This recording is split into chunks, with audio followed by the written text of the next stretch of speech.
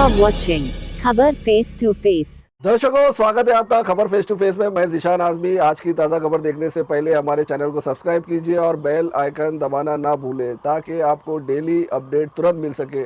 आइए देखते हैं आज की ताज़ा खबर। मालवानी मलाड में जमाते इस्लामी हिंद द्वारा सद्भावना सम्मेलन और ईद मिलन कार्यक्रम का भव्य आयोजन किया गया। इस आयोजन का उद्देश्य समाज में मोहब्बत, भाईचारा और आपसी सद्भावना को मजबूत करना था। कार्यक्रम में विभिन्न समुदायों के लोग शामिल हुए और एक दूसरे से गले मिलकर प्रेम व एकता का संदेश दिया।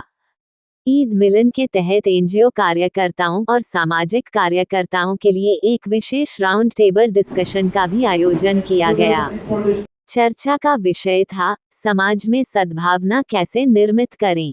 इस संवाद में मालवानी मलाड क्षेत्र से लगभग 70 एनजीओ प्रतिनिधि, सामाजिक कार्यकर्ता और धार्मिक गुरुओं ने हिस्सा लिया। डिस्कशन के दौरान सभी प्रतिभागियों ने एकजुट होकर पहलगाम हमले की निंदा की और 3 महत्वपूर्ण बिंदुओं वाला एक प्रस्ताव पारित किया, जिस पर सभी ने हाथ उठाकर अपनी सहमति व्यक्त की। खास बातचीत में अनवर शेख ने खबर फेस टू फेस से बताया कि 4 मई को सुबह 11 बजे से शाम 4 बजे तक एक रक्तदान शिविर का भी आयोजन किया जाएगा। ये blood donation camp golden banquet hall, Malvani Malad में आयोजित किया जाएगा, जिसका उद्देश्य जरूरतमंदों के लिए रक्त उपलब्ध कराना और मानवता को बढ़ावा देना है। कार्यक्रम के समापन पर सभी मेहमानों को लंच और पारंपरिक शीरा खुरमा परोसा गया, जिससे आपसी प्रेम और मेहमान नवाजी की भावना को और भी गहरा किया गया। आइए देखते हैं खबर face to face Omar Abdullah की रिपोर्ट। दर्शकों, आप देख रहे हैं खबर फेस टू फेस में उमर अब्दुल्ला। इस समय मैं मालवानी मलाड में हूँ। जमाती इस्लामी हिंद की तरफ से प्रोग्राम रखा गया था। आज हमारे साथ अनवर भाई है। सर, जमात इस्लामी हिंद मालवानी की तरफ से आज ईद मिलन का प्रोग्राम रखा गया था। अभी हम हमेशा जो प्रोग्राम करते थे वो आम आवाम के लिए करते थे। इस मरतबा हमने थोड़ा सा चेंज किया उसमें, और जो सोशल वर्कर्स है, एनजीओ है, उनके नुमाइंदों को हमने बुलाया था ताकि उनके ज़रिए जब उनको बात समझ में आएगी तो उनके ज़रिए बात और फैलेंगी। तो ईद मिलन का जो हमारा टॉपिक था वो सद्भावना था कि समाज में लोग सद्भावना कैसे पैदा करें। इसमें अलग अलग धर्म के लोग आए थे, चर्च से भी लोग आए थे, मंदिर से भी लोग आए थे, जो बुद्ध विहार से भी लोग आए थे, अलग अलग मजहब के मानने वाले लोग सभी लोग इसमें आए थे। और सब ने ये चीज़ महसूस की कि आपसी सद्भावना पैदा करना बहुत ज़रूरी है। आपस में मिलना जुलना, बैठना, बातें करना बहुत ज़रूरी है। आज हो ये रहा है कि नफ़रत की वजह से या नफ़रत के माहौल की वजह से लोग एक दूसरे के साथ में बैठने का मौका निकाल नहीं पा रहे। तो ये हमारा उद्देश्य जो था वो यही था कि सोशल वर्कर्स, एनजीओ इन सबको बुलाए, एक साथ बिठाए, एक दूसरे से दोस्ती कराए, बातचीत हो, लोग एक दूसरे का इंट्रोडक्शन ले, समझे, और वो दोस्ती के ज़रिए वो बातों को, मोहब्बत की बातों को आगे फैलाया जाए। इस मकसद के तहत हमने आज सद्भावना ईद मिलन का कार्यक्रम जमात इस्लामी हिंद मालवानी की तरफ से लिया। जमाती इस्लामी 4 तारीख को भी कैंप रखने वाले हैं। कितने बजे तक रखेंगे? 4 मई को संडे को इसी गोल्डन बैंक्वेट हॉल में हमने यूथ मूवमेंट ऑफ महाराष्ट्र की तरफ से ब्लड डोनेशन कैंप भी रखा है। ये कैंप सुबह 10 बजे स्टार्ट होगा और शाम के 4 बजे तक रहेगा। तो आप लोगों से रिक्वेस्ट है कि नेक्स्ट संडे 4 मई को भी ब्लड डोनेशन कैंप में बड़ी तादाद में आए। एक बहुत यूनिक हमारा प्रोजेक्ट है कि पूरे मुंबई में हमारे इस इनिशिएटिव की वजह से कहीं पे भी किसी को भी ब्लड की ज़रूरत होती है तो यूथ मूवमेंट महाराष्ट्र की तरफ से फ्री ऑफ कॉस्ट ब्लड को जो है पहुंचाया जाता है। तो मेरी आपसे रिक्वेस्ट है कि 4 मई को गोल्डन बैंक्वेट हॉल में ब्लड डोनेशन कैंप में सुबह 10 से 4 ज़रूर आए। बचपन में वहाँ जाके देखो, मेरे फोन का रिंगटोन सुन लगा मालूम पड़ेगा। ये पिक्चर का गाना, ये पिक्चर जो देख लेगा ना वो इंसानियत ही सीखेगा। इसका क्या रिंगटोन ये लगाया हो, तू हिंदू बनेगा ना मुसलमान बनेगा, इंसान की औलाद है, इंसान बनेगा। यहाँ से रहने वाले मारा मालूमी में सब मुझे बहुत प्यार मिला है। पैसे तो कमाए हो, पैसा कमाने की हर एक कोशिश करते हैं इंसान, तो अच्छी चीज देना, आपको सबसे प्यार पैसा देना और खिलाना। पूरा रमजान, दूसरा रमजान या तीसरा रमजान है मेरा, सभी ने पैसे लेके गए। उन्होंने वही बोला कि इससे आप नहीं खाएंगे। इसके पूरे 10 साल में मैक्सी का धंधा किया, सब माँ बहन यहाँ पे पहचानती है। उन्होंने मुझसे मैक्से खरीदी, हिंदू समझ के नहीं खरीदे, अच्छा व्यापारी, अच्छी चीज देता हूँ, इसमें जात का धर्म का कोई चीज नहीं होता है, तुम अच्छी चीज दो, अच्छी से व्यवहार करो, अब आपके लिए हर लोग आपके लिए आ जाएंगे। इसके साथ मुझे बोलना नहीं आता है। जय हिंद जय भारत। जाना जाता है एकता की वजह से। माशाल्लाह हमारे में हिंदू मुस्लिम सब पहले से अल्हम्दुलिल्लाह अच्छे से। और मालूनी में ना बहुत संस्था है भाई, जैसे मैंने रामनवमी को देखा तो एक भी संस्था बाहर नहीं आई कुछ करने के लिए, मतलब वो राम भक्तों के लिए करने के लिए। हम लोग ने वड़ा पाव का प्रोग्राम करे, 3000 वड़ा पाव बांटे। बोलने वाले बहुत से हैं कि भाई ये सारे लोग मस्जिद के सामने बजा रहे और ये अपना साजिद भाई देखो ना काफिर हो गए हैं, इन लोगों को वड़ा पाव खिला रहे। बोलने वाले ये भी बोल रहे, तो हमारे असलम भाई सब करेंगे तो चलेगा और हम लोग कुछ भी करेंगे तो हम लोग काफिर हो जाएंगे। तो बोलने का मेरा ये मतलब है ना भाई, हमारे नबी ने ना मोहब्बत बांटे, हमारे नबी ने नफरत नहीं बांटे। अगर हमारे नबी भी नफरत बांट के हकाल देना लोगों को पत्थर खाने के बाद, तो आज पूरी दुनिया में इस्लाम नहीं फैलता। तो अभी सिर्फ मेरे दो वर्ड बोलने का था सिर्फ कि मोहब्बत बांटो, नफरत करेंगे तो लोग और दूर भागेंगे, तो नफरत से लोग आएंगे नहीं अपने करीब, है ना भाई। अस्सलाम वालेकुम। विनिसो दे रहा है, सामाजिक युवा का संस्था है, एसआईओ है, यूथ मूवमेंट है, ये सब हमारे यूथ की पूरी ऑर्गेनाइजेशन है यहाँ पे। ये सब मिलकर अगर ऐसा कोई प्रोग्राम करे तो उसमें इंशाल्लाह हम लोग मालूनी के बड़े यूथ को कवर कर सकते हैं और कुछ पॉजिटिव दे सकते हैं। तो इसमें हम लोग जरा सोचे, साहिद भाई है, नदीम भाई है, साहिल भाई है, आप लोग बताएं कि इसमें क्या पॉसिबल है। इंशाल्लाह इस पर हम लोग आगे काम करेंगे, क्योंकि मालूनी के यूथ को इन चीजों पे उनको पॉजिटिव डायरेक्शन देना बहुत जरूरी है। और जो दूसरी बात आई कि ऐसे प्रोग्राम्स और होना चाहिए, तो उसके लिए भी एक रिक्वेस्ट है। जैसे हमारे कुछ साथी अंबुजवाड़ी से है, कुछ आरोडी से है, कुछ जो है वो सातनबर से है। तो अगर आपके जो फॉलोअर्स है, आपके जो वेल विशर्स है, अंबुजवाड़ी पे भी हमको ऐसा लगता है कि वहाँ पे भी जरूरत है, क्योंकि आए दिन वहाँ हमको कुछ ना कुछ क्राइम्स नजर आते हैं वहाँ पे। तो वहाँ पे भी ऐसा लगता है कि पॉजिटिव बातें होना उन लोगों के दिमाग में जाना बहुत जरूरी है। तो अगर आप लोग वहाँ ऑर्गेनाइज कर सकते हो तो बताओ, कुछ रिसोर्सेज जो हमको देना है हमको रिसोर्सेज देंगे, रिसोर्स पर्सन देंगे, कांग्रेस इनिशिएटिव लेंगे, तो हम लोग वहाँ पे भी ऐसा कुछ कर सकते हैं। ये दो चीजें आप जरा ध्यान रखें। लेकिन शुरुआत से मेरी जो सभी के साथ में जो दोस्ती रही है, चाहे वो बहुत सारे ऐसे धर्म हैं जिसके साथ में सभी लोग मेरे दोस्त हैं, लेकिन आज के टाइम पे जो माहौल देख रहा हूँ, जो सिचुएशन देख रहा हूँ, उसमें as a youth, as a young individual मुझे लगता है कि 2-3 चीज़ें बहुत इंपॉर्टेंट है अगर हम लोग क्रिटिकली सोचे तो। उसमें से सबसे पहला जो चीज़ है वो ये कि आज के टाइम पे जो युवा है, जो मेरे जैसे युवा या फिर जो छोटे हैं हमारे से एज में, उनके पास एक सोचने की जो सलाहियत है, वो कैपेसिटी वो खत्म हो चुकी है। बिकॉज उनको फीड किया जाता है इंस्टाग्राम पे, फेसबुक पे, व्हाट्सएप पे, वो फीड आते हैं और वो फीड पे ही अपनी थिंकिंग बनाते हैं। उसके सराउंडिंग में क्या सही है क्या गलत है वो कभी सोचते नहीं है। तो सबसे इम्पोर्टेंट चीज जो हम सभी को एज ए जिम्मेदार पर्सन, एज ए जिम्मेदार लोग, हम सभी को ये करना चाहिए कि जो ऐसे यूथ है उनके साथ में क्रिटिकल थिंकिंग के कुछ न कुछ सेशंस होने चाहिए, जो चीजें समझाए कि अगर ये न्यूज़पेपर में आ रहा है तो इस हेडलाइंस के पीछे क्या एजेंडा हो सकता है, या फिर ये न्यूज़पेपर का जो ओनर है उसका कोई अपना खुद का कुछ एजेंडा है क्या इसके पीछे। तो ये इम्पोर्टेंट चीजें जो हमने कई सालों पहले सीखी है, लेकिन आज के यूथ वो सभी चीजें नहीं करते। दूसरा सबसे इम्पोर्टेंट पॉइंट कि सोशलाइज नहीं है आज के यूथ, जो भले से काम कर रहे, पढ़ाई कर रहे, कुछ भी कर रहे, या फिर कुछ भी नहीं कर रहे, वो एक दूसरे से बात नहीं करते। वो पबजी पे आप देखेंगे तो बहुत सारे लोग एक दूसरे के साथ में कनेक्टेड होते हैं, लेकिन एक दूसरे से आमने सामने बैठ करके बातें नहीं करते। तो सबसे इम्पोर्टेंट जो हमारा फर्ज बन जाता है कि हम उनके साथ में बातें करें, डायलॉग्स करें कि उनके दिमाग में क्या चल रहा है। बिकॉज ऐसे ही लोग होते हैं जो वो चीज़ों को मतलब दूसरे चीज़ों के इन्फ्लुएंस में आ करके और गलत काम कर बैठते हैं। तो हमें वैसे लोगों के साथ में सोशलाइज करना चाहिए। वैसे लोग इन द सेंस कि सभी लोगों के सामने जब भी हमको टाइम मिले हम एटलीस्ट कम्युनिटी में जाए, बात करें उनसे कि क्या चल रहा है, उनके प्रॉब्लम्स क्या है, ये सभी चीज़ें सुने। तीसरा इम्पॉर्टेंट कि आज के टाइम पे जो भी सोशल मीडिया की तरफ से नैरेटिव एक बनाया जाता है, उसका काउंटर नैरेटिव बहुत कम है। बहुत बोले तो बहुत ही कम है। एक नैरेटिव कहीं से आता है, बनाया जाता है, और उसका काउंटर नैरेटिव में कुछ कुछ ही ऐसे ऑर्गेनाइजेशन से या फिर ऐसे न्यूज मीडिया से जो उसके काउंटर नैरेटिव देते हैं। एग्जाम्पल के तौर पर मैं बोलता हूँ कि बहुत सारे ऐसे नैरेटिव फैलाए जाते हैं। बस एक ऑल्ट न्यूज करके है जिन्होंने जो वो फैक्ट चेकिंग करते हैं कि हाँ ये सच है या गलत है या फिर झूठ है। तो ऐसे हमारे साइड से भी एटलीस्ट कुछ ना कुछ एक काउंटर नैरेटिव का मीडिया होना चाहिए, जो कि एटलीस्ट जो सच है वो फैक्ट के साथ में दिखाया जा सके कि हाँ ये सच है और ये झूठ है। Yes, thank you. सुबह काम रहता है तो हम लोग ज़्यादा आ नहीं पाते हैं, और आप लोग की सद्भावना प्रोग्राम हमारे को बहुत अच्छा लगा है, और इसमें आके हमारे को बहुत खुशी हुई और सबके विचार बहुत अच्छे लगते हैं। Thank you. फरक जाणून घ्या।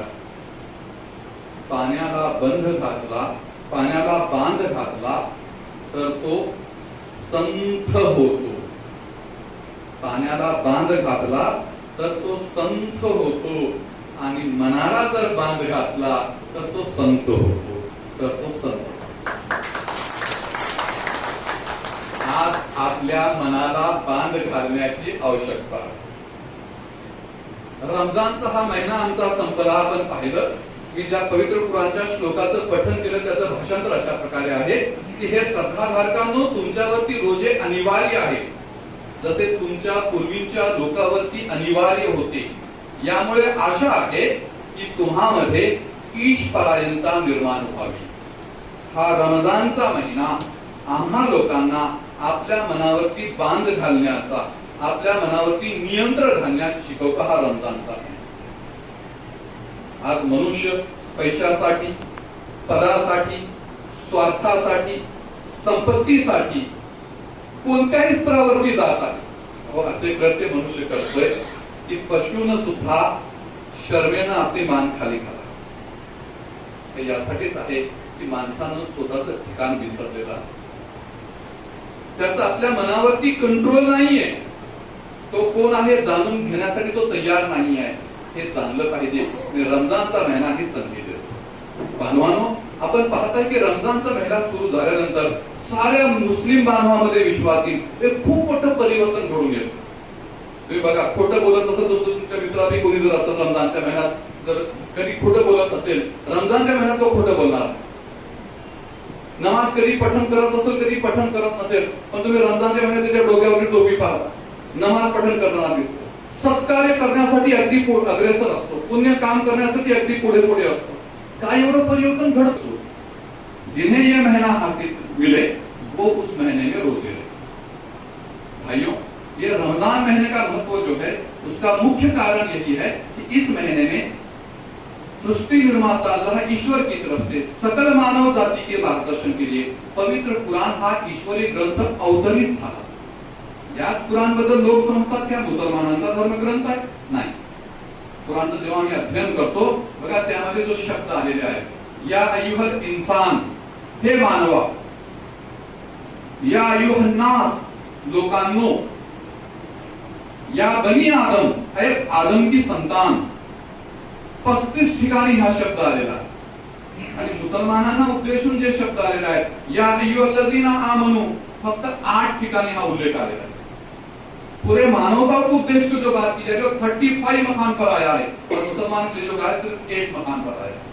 ये ईश्वरीय ग्रंथ सकल मानव जाति के लिए। इसके कुछ महत्वपूर्ण वैशिष्ट्य आपके सामने रखना चाहता हूं कि कुरान ये अंतिम ईश्वरीय ग्रंथ है, मानवता के लिए अंतिम ईश्वरीय ग्रंथ है। दूसरा वैशिष्ट्य इसका यह है कि ये पूर्णतः सुरक्षित ईश्वरीय ग्रंथ है। पवित्र कुरान से पहले जितने ईश्वरीय ग्रंथ इस पृथ्वी पर अवतरित हुए हैं, उनमें ये अंतिम और पूर्णतः सुरक्षित ईश्वरीय ग्रंथ है।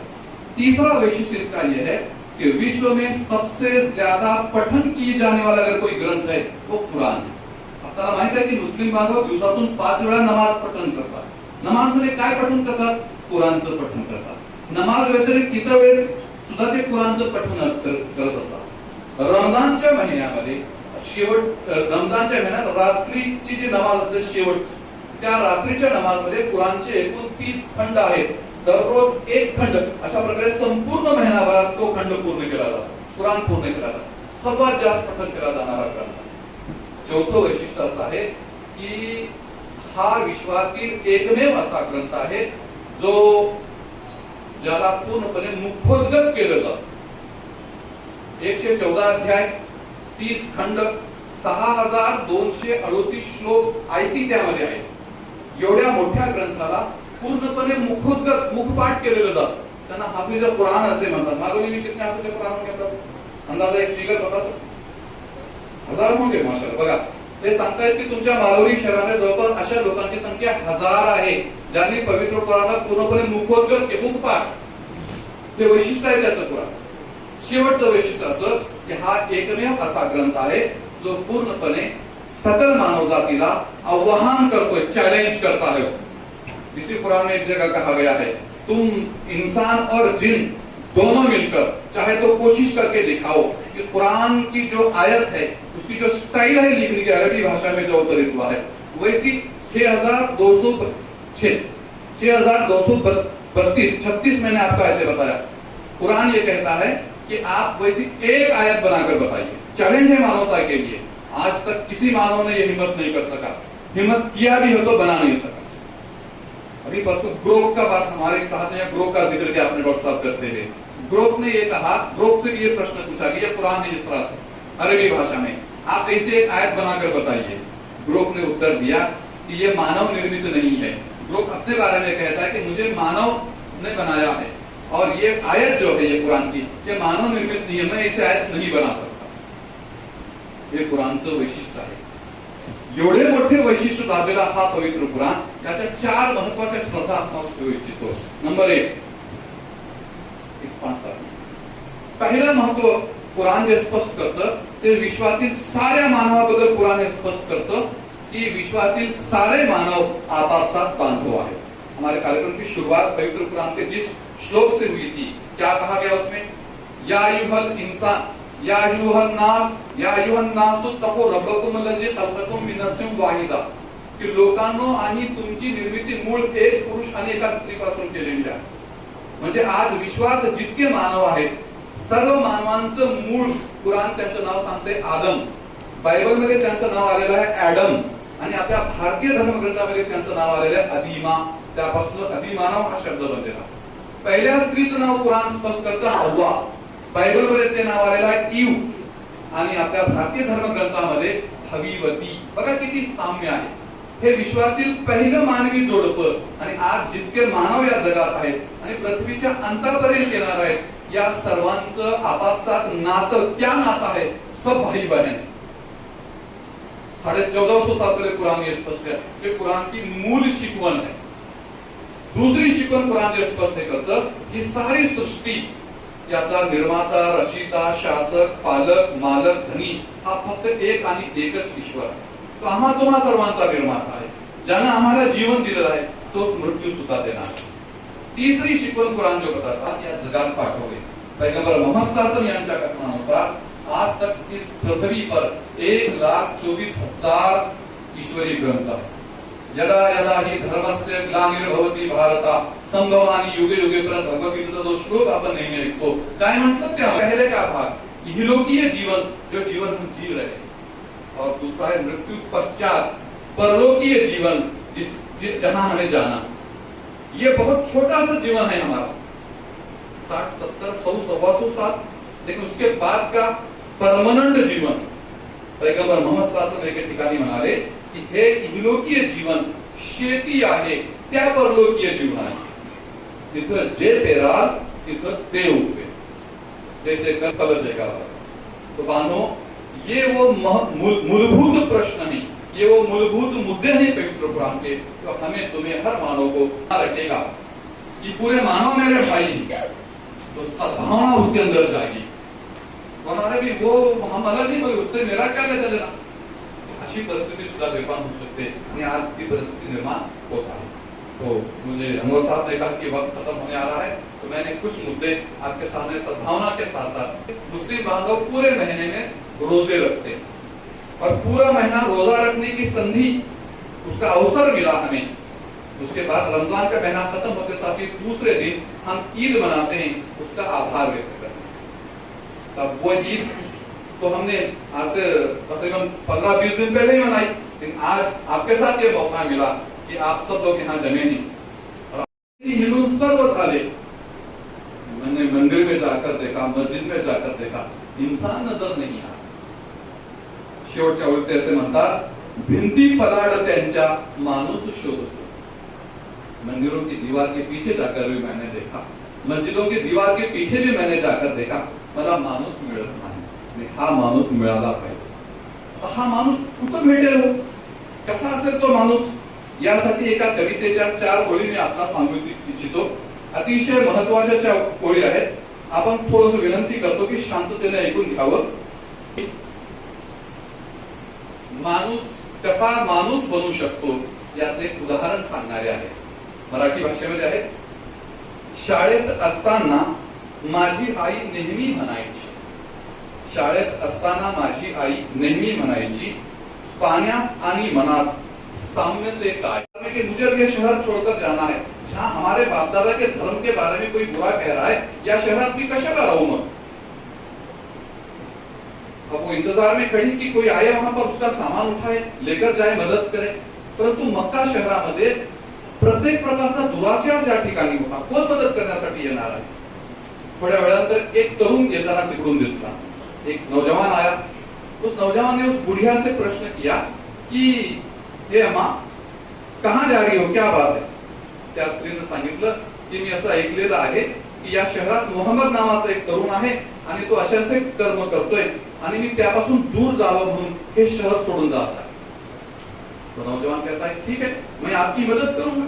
आणि त्या तरुणाने ते गाठोडं आपल्या डोक्यावरती घेतलं आणि त्या स्त्रीने जो पता सांगितलाय तिकडे तो चालत दूरचा प्रवास चालत चालत जात आहे। देखिए, अब ये दो जब चलते जा रहे हैं, चलता चलता ती महातारी स्त्री वो बुढ़िया उस नौजवान से कह रही है कि बेटे देख, तू अच्छा लगता है, तू बहुत, याद रख अपने शहर में मोहम्मद नाम का एक नौजवान है, वो लोगों को भड़काता है, उसकी बातों में नहीं आना, तेरा इसी में कल्याण है। तो तरुण बघा अतिशय शांतपणे, अतिशय संयमाने हो हो हो त्या आजीच्या प्रत्येक बोलाला होकार देत तो पुढे पुढे जाता। शेवटी प्रवास जिथपर्यंत जायचं होतं तिथपर्यंत ते पोहोचले। उस नौजवान ने उस सामान को घर में जहां रखना था हर जगह रख दिया। अब वो जाने के लिए उस बुढ़िया से इजाजत दे रहा, परवानगी मागतोय। तेव्हा ती म्हणते की अरे बाबा, हे तुझी मजदुरी तर घे तू। तेव्हा तो तरुण म्हणतो की नाही आजीबाई, मी तुमच्या सेवेसाठी केलं, मैंने आपकी खिदमत की है, मैं इसका बदला नहीं। शेवटी ती म्हातारी बाई म्हणते की बाबा रे, इतकं वेळ झालं, मी जे बोलत आहे तू ऐकत आहेस, जे काम मी सांगितलं तो चांगलं काम केलंस तू, आणि याची मजदुरी सुद्धा तू घेत नाहीयेस। शेवटी तू आहेस तरी कोण, अशा या बिघडलेल्या वातावरणामध्ये तू आहेस तरी कोण। देखिए साहब, उस समय उस नौजवान ने जो बुढ़िया को उत्तर दिया, ये बुढ़िया पूरे रास्ते भर चलते चलते तुम जिस मोहम्मद को बुरा कह रही थी, मैं वही मोहम्मद, मैं वही मोहम्मद। विचार करा, ज्या पैगंबराबद्दल इतकं वाईट वाईट बोललं जात होतं, पैगंबरांनी त्याला सर्व शांतपणे सहन केलं। ही आहे सद्भावना।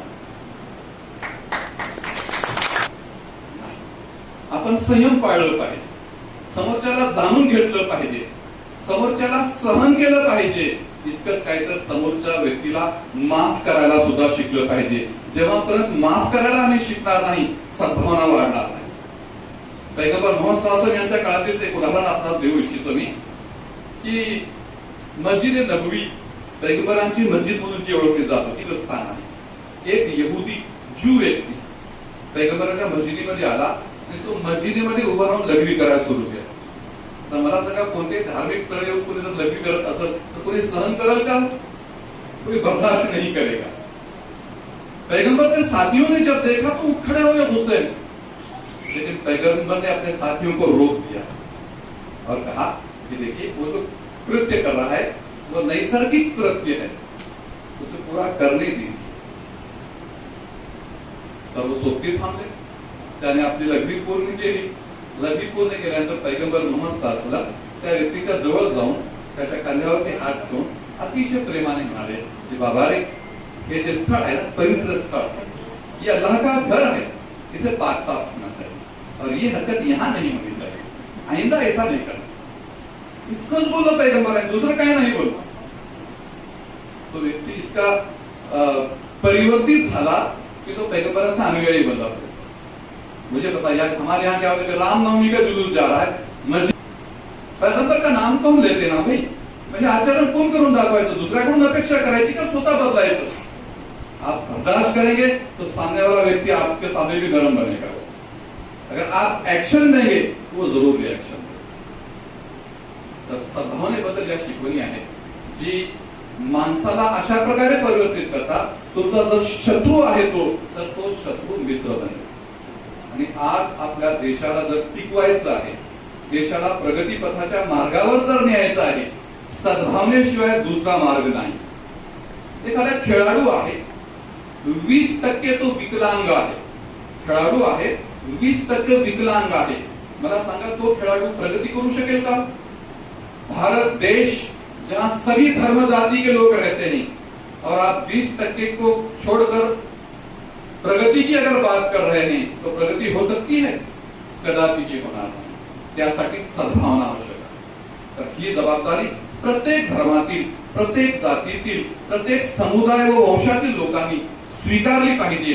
आपल्या देशाला चांगलं जर बनवायचं आहे, विकसित जर देश बनवायचा असेल, आपण सर्वांनी एकत्रित आलं पाहिजे।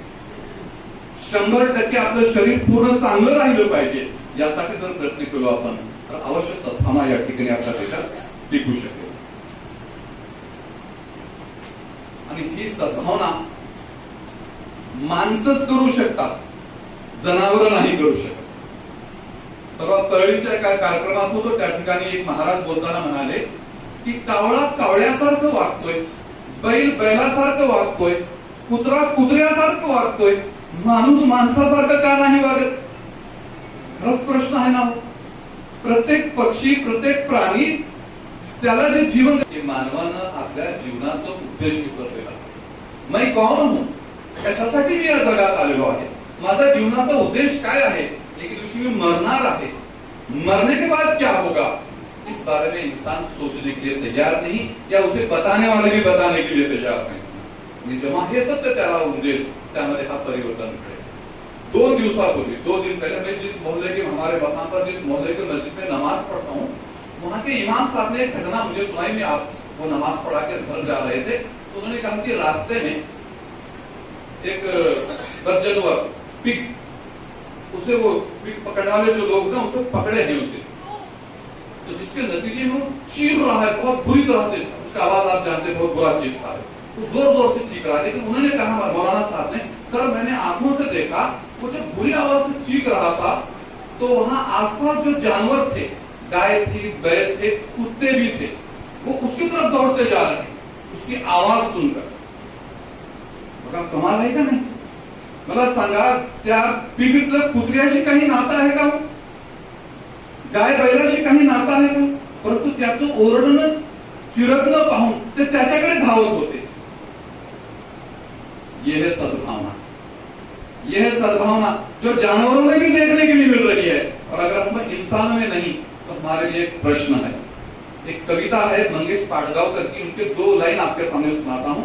उन्होंने ये कहा था की गर्दीत माणूस शोधतो मी, कुत्रा कुत्र्यासारखं वागतोय, पीक पीकसारखं वागतोय, कावळा कावळ्यासारखं वागतोय।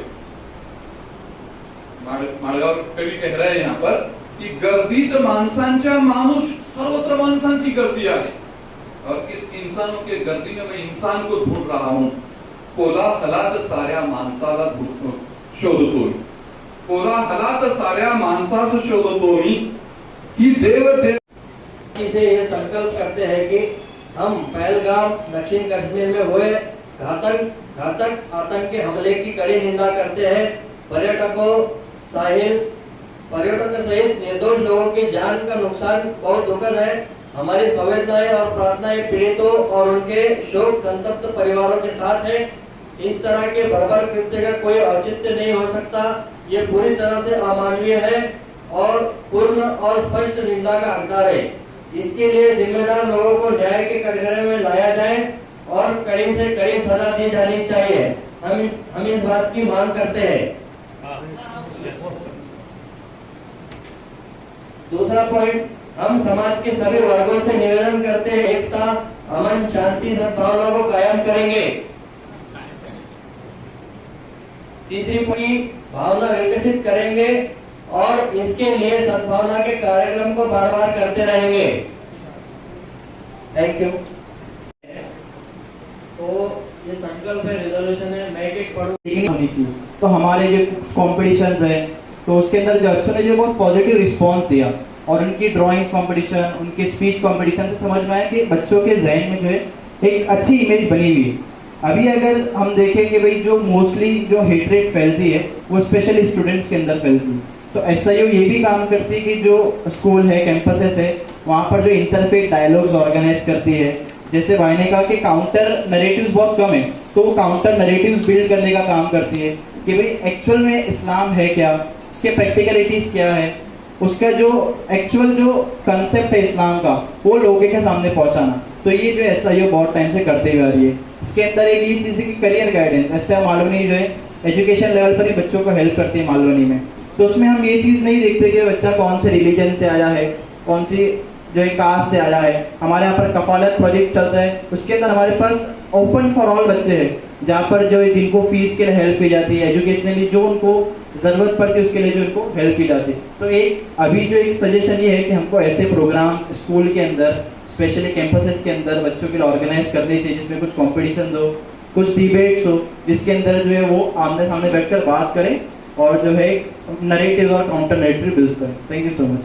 Idea of Renewed Church Orland, where we have this interreligious dialogue which is associated breaking barriers and building bridges. That's the theme for us. And if I have to relate Sadbhavana, I would relate to Jesus Christ's commandment which is given us, the Catholics: love yourself, love your neighbors as yourself. Which means आप पड़ोसी से प्यार करो जैसे आप खुद से प्यार करते हो, वो एक कमांडमेंट है। So this we have to live with that which Pope Francis who expired, he lived that life, full life of his with this commandment. And also the second thing is, you know, when we go for any programs, I always noticed that, you know, people are in the groups. Like for you know, see, we Catholics are sitting together, we'll tell Hindus together, Muslims together, but there's no community comes together. Basically, you know, वो comfort zone जो है उससे बाहर निकल के हम साथ में मिलके काम करना चाहिए, वो नहीं है, वो एक्चुअली जरूरत है अभी, ये जो it's a need of the hour basically. Thank you. ये सद्भावना का प्रोग्राम, मोहब्बत का पैगाम सबको पहुंचाना है। यहाँ तक हम तो सुनकर डिस्कस कर रहे हैं, ठीक है, मगर हमारा ये काम है, जितने भी लोग यहाँ बैठे हैं, हमको हमारी फील्ड में, हमारी सोसाइटी में ये मोहब्बत का पैगाम फैलाना है।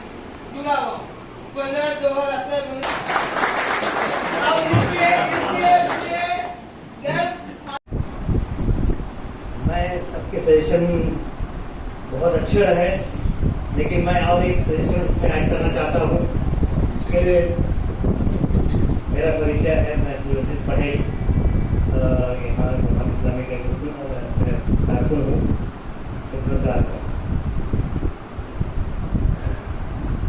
एक सजेशन मैं ये भी रखना चाहता हूँ कि ये लोगों ने जो सजेशन दिए वो बहुत अच्छे हैं और इस पर हमने अमल करना चाहिए। दूसरी बात, एक सजेशन और मैं ये कहना चाहता हूँ कि जिस तरीके से हमारे जमात इस्लामी जो ये सद्भावना कैसी निर्माण होना चाहिए, कैसे प्रस्तावित होना चाहिए, इसके बारे में कार्यक्रम रख रही है, तो मैं दूसरे मजहब के जो लोग हैं, उनकी जो तंजीमें हैं, वो भी अगर इस तरीके से सद्भावना अगर रखे तो एक दूसरे की जो गलतफहमियाँ हैं वो दूर हो सकती है और ये सद्भावना अच्छी तरीके से हम इसको आगे बढ़ा सकते हैं। बस यही मेरी गुजारिश है कि वो भी आइंदा ये ऐसे कार्यक्रम रखे ताकि हम भी वहाँ पर आएँ और अपने विचार, उनके विचार सुने, ताकि ये जो गलतफहमियाँ ये दूर हो सके और एक अच्छा एक माहौल हमारे देश में पैदा हो सके। बस यही मेरी आपसे गुजारिश।